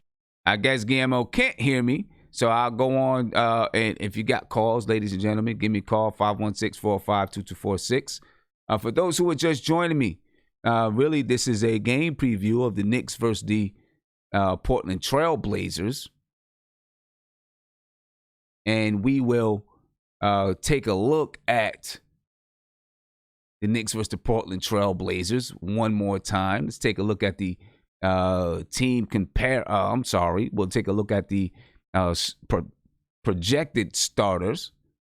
All right, the game is tomorrow night, January 1st, 2019. 2020. See that? I got 2019. My first time doing it already. My first time writing the date for 2020, and I put 2019. And already starting off my year that way, right? Tomorrow night, January 1st, 2020, ladies and gentlemen, at 7:30 p.m. It'll be on NBA TV. It'll be on MSG. And, of course, you can listen to it on 98.5. Okay? The Knicks, the projected starters for the New York Knicks are Elfrid Payton, RJ Barrett, Marcus Morris, Julius Randle, and Taj Gibson. Injury reports, of course, Reggie Bullock, while he's practicing, he's not yet ready to play. Dennis Smith Jr. is out with an oblique injury, and we do not know how long that's going to be for Dennis Smith Jr. Head coach of the Portland Trailblazers is Terry Stotts. The projected starters are Damian Lillard, C.J. McCollum, Kent Bazemore, Carmelo Anthony, and Hassan Whiteside. The injury report for the Portland Trailblazers, Rodney Hood is out with an Achilles. Yusuf Nurkic, he's out with a lower leg problem. He won't be back until February 7th, at least. Then Mario Hezonja, he's a game-time decision. All right, and we'll see if Mario Hezonja ends up playing tomorrow night. The Knicks are 9-24 in the season, ladies and gentlemen. They're on a 2-game win streak. Right now, they average 103.3 points per game. They give up 111.4 points per game. They shoot 43% from the field. They shoot 34.6% from three. They grab 46.2 rebounds per game. They average 20.9 assists and 14.5 turnovers per game. The Portland Trailblazers, they're 14-20 on the season. They're on a 4-game losing streak. All right, they average 112.6 points per game. They give up 114 points per game. All right, they shoot 45.3% from the field, 36.3% from three. They average 46.3 rebounds per game, 19.8 assists per game, and 13.6 turnovers per game. Their offensive rating is 110.1. That's 10th in the league. Their defensive rating is 111.4. That's 21st in the league. The Knicks' offensive rating is 103.8. That's 28th in the league. And their defensive rating is 111.9. That's 24th in the league. Now, for the Knicks, though, and for both teams, the last 10 games tell a little bit of a different story. The Knicks have a much better offensive rating. I think their offensive rating is like 18th in the league over the last 10 games. They're averaging 109 points per game over the last 10 games. All right, they're one of the best rebounding teams in the league over the last 10 games. I think they average like 50 rebounds a game over the last 10 games. All right, so the Knicks, right now, they're a little bit of a different team than the last time that they faced Portland. Key matchups for the game, Damian Lillard, 6'2", 195. He averages 27.2 points per game, 4.1 rebounds per game, 7.6 assists per game, and 1 steal per game. Shooting 44.4% from the field, 35.8% from three. He'll be guarded by Elfrid Payton. He's 6'3", 195. He's a point guard. He averages 7.9 points per game, 3.8 rebounds per game, 5.9 assists, and 1.6 steals per game. Shoots 39.4% from the field and 30% from three. We are definitely going to need Elfrid Payton to guard Damian Lillard. All right, if he does not guard Damian Lillard, Well, he's going to guard Damian Lillard, but we need him to guard him well. Damian Lillard went off on his last game for 30 whatever points. He was 8 for 12 from the three-point line the last time we played him. Right? He really jump-started the Portland Trailblazers against the Knicks in the last game. This is a game where the Knicks can try to rebound and come back. We'll see if it happens. Another key matchup, Mccollum and Rj Barrett. Mccollum, 6'3", 190, averages 22.4 points per game. 4.3 rebounds per game, 3.7 assists, and just under 1 steal per game. He shoots 45.7% from the field and 37.3% from three. RJ Barrett, 6'6", 214. He's averaging 13.9 points per game, 5.3 rebounds per game, 2.8 assists, and 1.1 steal per game. Shoots 38.9% from the field and 32.1% from three. All right, RJ Barrett's going to have his work cut out for him guarding CJ McCollum. CJ McCollum is very crafty. And, you know, he's got some work cut out for him. I'd like to see RJ Barrett go at him, though. I want RJ Barrett to go at CJ McCollum. Make him work. As a matter of fact, for Damian Lillard, we need him to work as well. Keys to the game, ladies and gentlemen. Number one, feed off the crowd. All right, the crowd is going to be electric because Carmelo Anthony is coming to town. All right, his first time in the Garden in a while. So you know the crowd is going to be electric. You know, so the Knicks got to feed off of that. Carmelo Anthony, he's averaging 15.7 points per game, 6.2 rebounds per game, 1.2 assists, shooting 40.7% from the field, 38.9% from three. And, of course, who's going to be guarding him? It's going to be your buddy, my buddy, Julius Randle. Julius Randle, in the last 3 games, he's averaging 32.7 points per game, 9.7 rebounds, 3.3 assists, 3.3 turnovers, shooting 52.9% from the field and 46.3% from three. All right, that's the last 3 games. Now, under Mike Miller, you know, because Mark kind of pointed this out earlier, that, you know, maybe, you know, this is a byproduct of the Knicks playing teams that aren't that good. They played Washington, they played Brooklyn, then they played Washington again. It could be, but under Mike Miller, Julius Randle averages 22.6 points per game, 9.6 rebounds, 2.9 assists, 2.1 turnovers. He's shooting 47.1% from the field and 28.9% from three. All right, so we'll see how he matches up against Carmelo Anthony. I'm going to see how he matches up against Anthony. That should be, you know, a good matchup, a fun matchup to watch. All right, so the Knicks got to feed off the crowd with Carmelo Anthony coming to town. Got to feed off the crowd. Next, man up on defense. These guys play one-on-one basketball. CJ McCollum, Dame Lillard, Carmelo Anthony. They're a one-on-one team. Man up and play defense. They're saying limited switching. We don't want big guys switching off on a Dame Lillard or CJ McCollum a lot. Man up, play D. All right, help on Dame and CJ. If there's ways we can get the ball out of their hands, get the ball out of their hands. Carmelo Anthony is only shooting 40% from the field. Shooting 38.9% from three, but 40% from the field. The ball is not in their hands, then it may be in Carmelo's hands. Okay? He's shooting 40% from the field. Maybe we try to make Carmelo Anthony shoot the ball. Be careful if it gets hot, though. We don't want him to get hot. So that means Julius Randle, you got to man up and play D. Don't let Melo get hot. If we're trying to take the ball out of Dame and CJ's hands, you can't let Melo get hot. On the offensive side, we need to continue to play disciplined basketball. We've been playing a more disciplined game over the last 10 games. Like I said, we're averaging 109 points per game. We're averaging 23 assists per game. We're playing a better game. I was shooting 44% from the field over the last 10 games. We're playing a better basketball game. We got to continue it. We need to go at CJ and Dame. We need RJ Barrett. We need Elfrid Payton, Frank Ntilikina to go at CJ and Dame. Go at them. Make those guys work. Make them have to pay attention on defense. I think we should start Mitchell Robinson so we can neutralize Hassan Whiteside. Hassan Whiteside killed this last game, like 17 points, 15 rebounds, and like 5 blocks. I think that Mitchell Robinson can help to neutralize Hassan Whiteside. So I would like to see the Knicks use Mitchell Robinson, start Mitchell Robinson in this game, as a matter of fact. That's what I think. That's how I think it should go down, ladies and gentlemen. All right. That's my keys to the game. That's how I feel things need to go down. We'll see what happens from there. All right. See what happens from there. I'll take a couple more phone calls before I get off of here, ladies and gentlemen. Call me, 516-405-2246.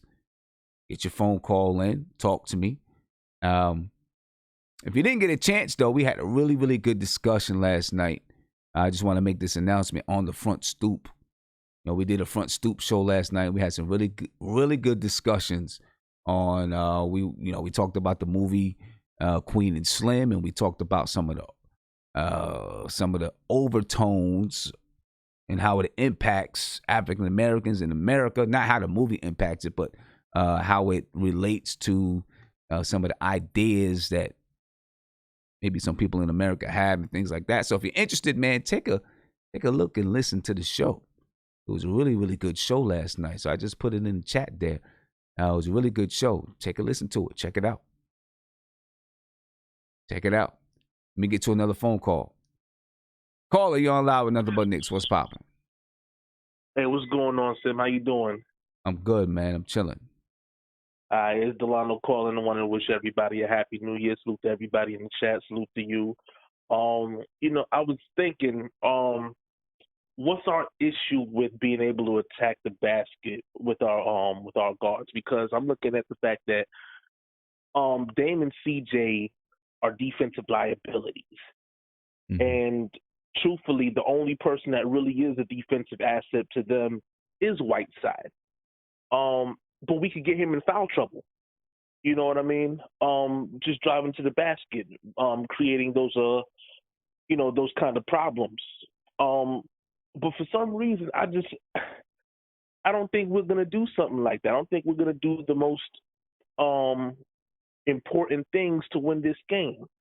And it's not saying that, again, we're not capable. I just think that for some reason we just play the game all kinds of wrong, and I've been trying to figure out what it is that's lacking. What's going on with them mentally, or is it a problem where they're not seeing the floor? Is it a problem where they're kind of stuck in, again, just in their own way because it's it's a contractual season for them. They're auditioning for other teams, so they don't really have the mindset of playing for the Knicks more than they are playing for themselves and for the next year. I'm just trying to, wrap my head around it. Maybe you have an answer, some kind of, outlook on it. Because, right now that's the kind of stuff that I'm looking at, the simple things that we could do to win games that we don't. Yeah, I think some of it comes down to habit. What kind of habits did they have coming into this season, coming into playing for the Knicks? What kind of habits did Coach Fizdale enforce while he was here? And then, Mike Miller trying to, maybe enforce some of the habits that he would like to see. I think a lot of it comes down to that, doing those little things that you talked about. Most of the time, those little things come down to habit. Look, it's easy to dribble. It's easy to shoot, rebound. Those are big things. The little things come, having the right timing off the screen and roll, understanding when you do switch, when you don't switch on defense, understanding who should have the ball at what point in the game and when. Little things, setting the right type of screens. Those type of little things mean so much to the game that I think a lot of people overlook. And I think, these players, haven't been used to doing some of those little things that I think can get you over the top. And then, of course, you got, just playing with hustle and heart too. Yeah. So, I think that all those things, I think, play a big part in it.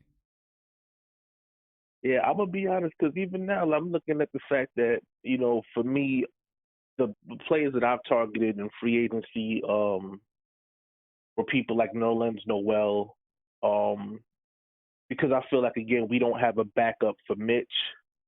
Mm-hmm. And I feel like, again, I don't want to sacrifice defense. Right. If I bring in a guy, I want to be able to sustain the same level of defense Nerlens Noel is a rim protector, and he's a rim protector on the cheap. I don't have to go spend boatloads of money to try to bring him in. And again, it's just those little things like effort, defensive effort. I get mad sometimes when people tell me about, Julius Randle's contract isn't a bad contract. And I look at, okay, he can score. He can rebound. But on the other side of that, where's the defensive effort? I want him to make stops. I'm not looking for blocks and steals necessarily, but I want you to I want you to keep, offenses honest. I want you to give the opponents fits. Same thing with Bobby Portis. Bobby Portis, at times can score. Look at last season, he was shooting 40% from three. But we don't get defensive effort, and that's what I'd be looking for from my players.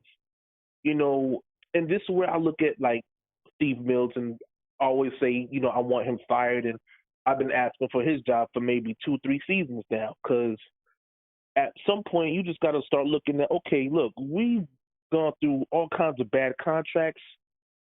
We've gone through all kinds of different executives. But the one constant is Steve Mills. And at what point do we start saying, okay, this guy, this is the problem. We're not going to get rid of Dolan. He's not selling the team. No matter how many times I say you're not going to ban every single person that went in the Madison Square Garden and chanted sell the team like that one guy did in attendance. It's just not possible. But I feel like the best thing you can do is at least to get rid of of one constant issue, and that's Steve Mills. And that might mean having to get rid of Scott Perry just because he's guilty by association. Right. I look at certain things like the head coaching position. We hired Fizdale, but it wasn't like we were devoid of options. We had other candidates. We had Monty Williams, who's doing a phenomenal job with the Suns right now. We could have had Budenholzer. We don't know what kind of job he could have did to turn around the Knicks the way he's doing for the Bucks. Mark Jackson was a name that everybody throws around, and I think that's more about what he did for Golden State, sustaining their level of success and improving their level of success before Steve Kerr took over. Jerry Stackhouse, another guy that his name was synonymous with that job because of his stint with the G League and his success there too. So, it's choices like that. It's choices like the draft picks. I just looked at the game where Sacramento played Denver, and in Michael Porter Jr.'s first start, he gives you 19 points and I think like 8 rebounds, an assist or something like that. He's outplaying Knox, and he's not even getting real minutes. You know what I mean? And it's like, okay, so did we make the wrong choice there? And then you look at Donovan Mitchell's progression in Utah. Would he have been able to have that kind of success if we chose him over Frank Ntilikina? And we can't say that he's lacking on defense, because he's a defensive-minded player as well. So it ain't like you sacrificing, okay, well, we're going to get points, but we're going to lose out on the defensive stops and, the disruption. We get all that, So for me, and again, I don't think that we're built for project players. We don't have the coaching personnel that was built for project players. We brought in an executive in Phil Jackson who was never in that role before. He was always a coach. So what was the reason for bringing him in? It's things like that, like I said, I start looking at, okay, well, maybe the problem is the one constant, and that's Steve Mills. He wasn't in those positions, but he was an executive the entire time. Yeah, well, we know that. He's a constant through it all. Obviously, James Dolan's got to make better decisions in who he brings in. And like I said earlier, James Dolan just he can't continue to have his eyes and ears there. He's got to have somebody that he says, okay, I'm giving it to you. You're going to do it. I'm going to take my eyes and ears out, and then you can report to me. And we can talk, we can talk about other stuff You know, you can send me a report. We can meet once a month, whatever it is. But when you got your eyes and ears there, it's always going to be an issue, you know. Hey, my man, I appreciate the call. I'm about to head up out of here. All right. All right, Happy New Year, and again, salute to everybody in the chat. Appreciate you, man. Happy New Year. Happy and safe New Year, man. All right, peace. All right, peace. You know, yeah, we'll see what's going to happen, man. But tomorrow night, the Knicks play the Portland Trailblazers, 7:30 p.m. at Madison Square Garden. Hopefully, they can continue to play well. We'll see if they can continue to play well or not. I don't know. It is what it is. Emmanuel C., that is one thing you say I hate revisionist history. I kind of feel you there. It's hard to look back and say, well, hindsight is always going to be 2020, no matter what. Hindsight is 2020. You look back and say, dang, he would have did this, he would have did that, he would have did that. That's always going to happen. Hindsight is going to be 2020. I think what some people, though, might look at it and say, if you continuously miss on this, that, and the other thing, then, how good is your front office? How good is your scouting staff and stuff like that?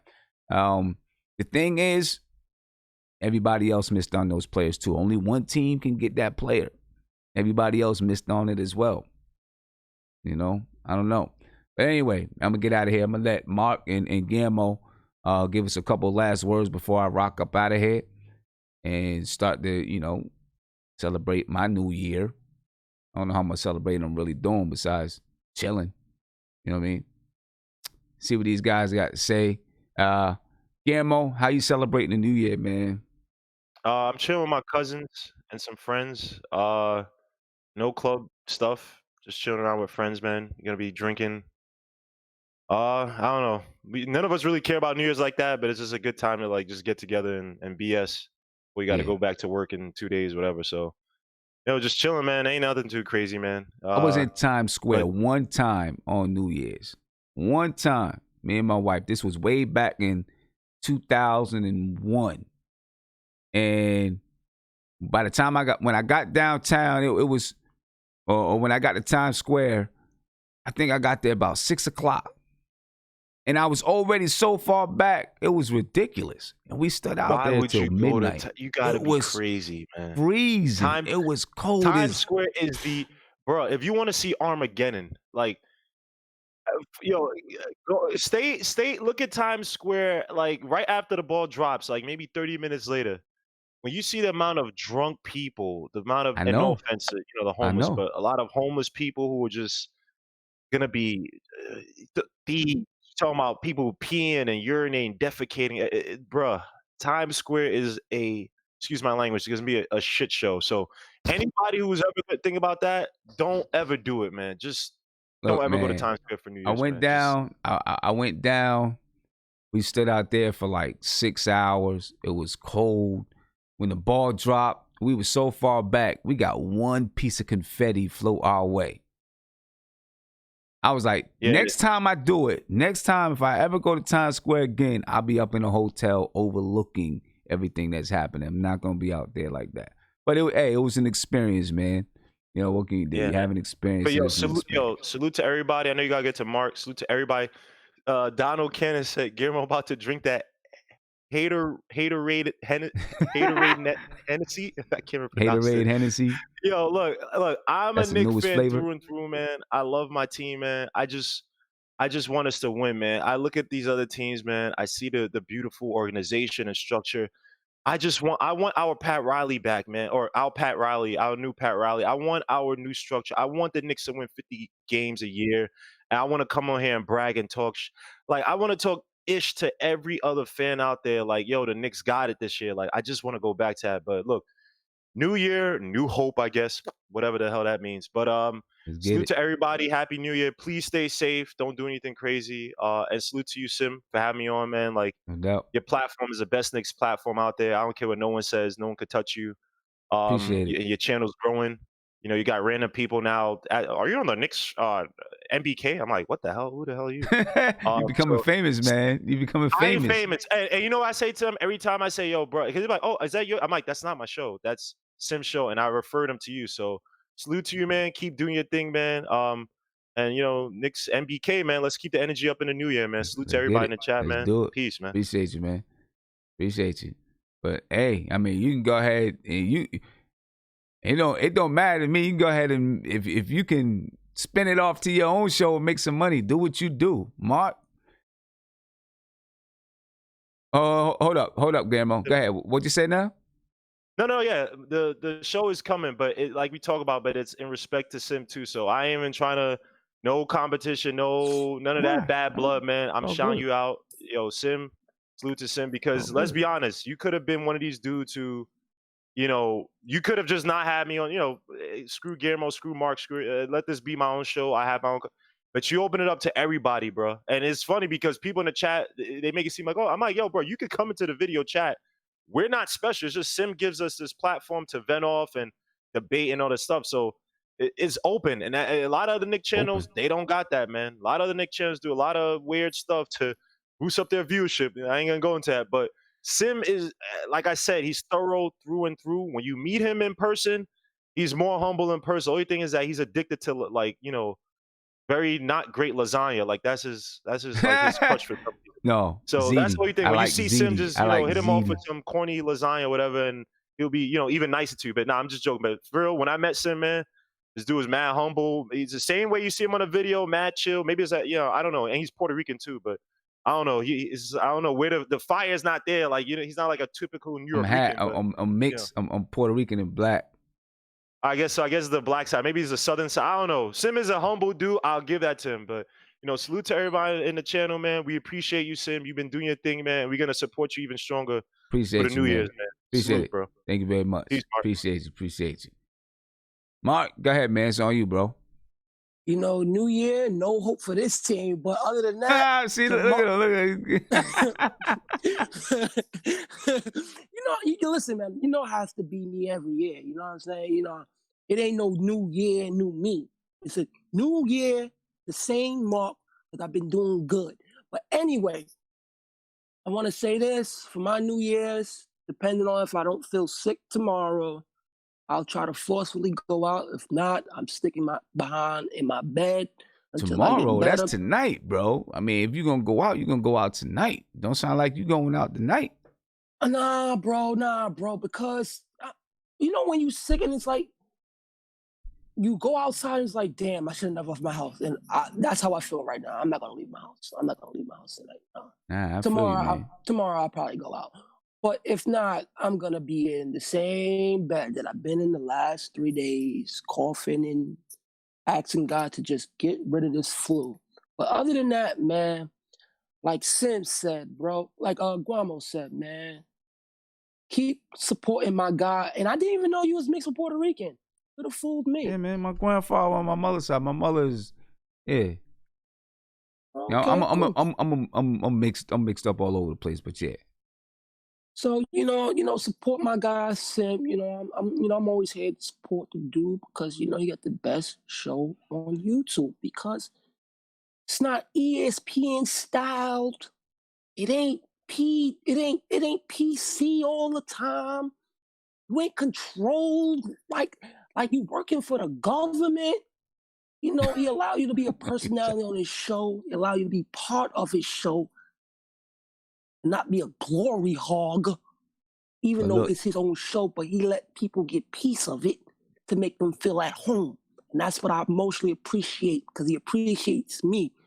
So it goes a long way. But, shout out to the chat and shout out to the newcomers. Some of that, I think I'm a Debbie Downer, but nah, I just like sometimes speak facts. And I like to sometimes get under y'all skin, which I do. I understand that. But it's just all out of games and funs. But other than that, man, I love this show. I love you, Sim. So, Appreciate you, bro. Happy New Year, bro. Happy New Year to you, man. And next time we talk, next time we get on the show is going to be 2020. So there it is. Yeah. All right, man. Holla. All right, man. Peace. And ladies and gentlemen, yeah, listen, you can join the video chat anytime. Only 12 people at a time can get in. Whereby.com/NBK. That's all you got to do. You're on your phone, your computer, whatever it is, throw that link in there, and you can get on at any time. All right. So, ladies and gentlemen, I'm out of here. I appreciate you guys for being here with me. The next time we see each other is going to be 2020. It's going to be a whole new decade. A whole new decade. So, take care of yourself. Have a good time tonight. Whatever you're doing, just be safe. Make sure you get back home to your family in one piece. And you guys start the new year right. Ladies and gentlemen, I'm out. I'll see you guys tomorrow. Peace.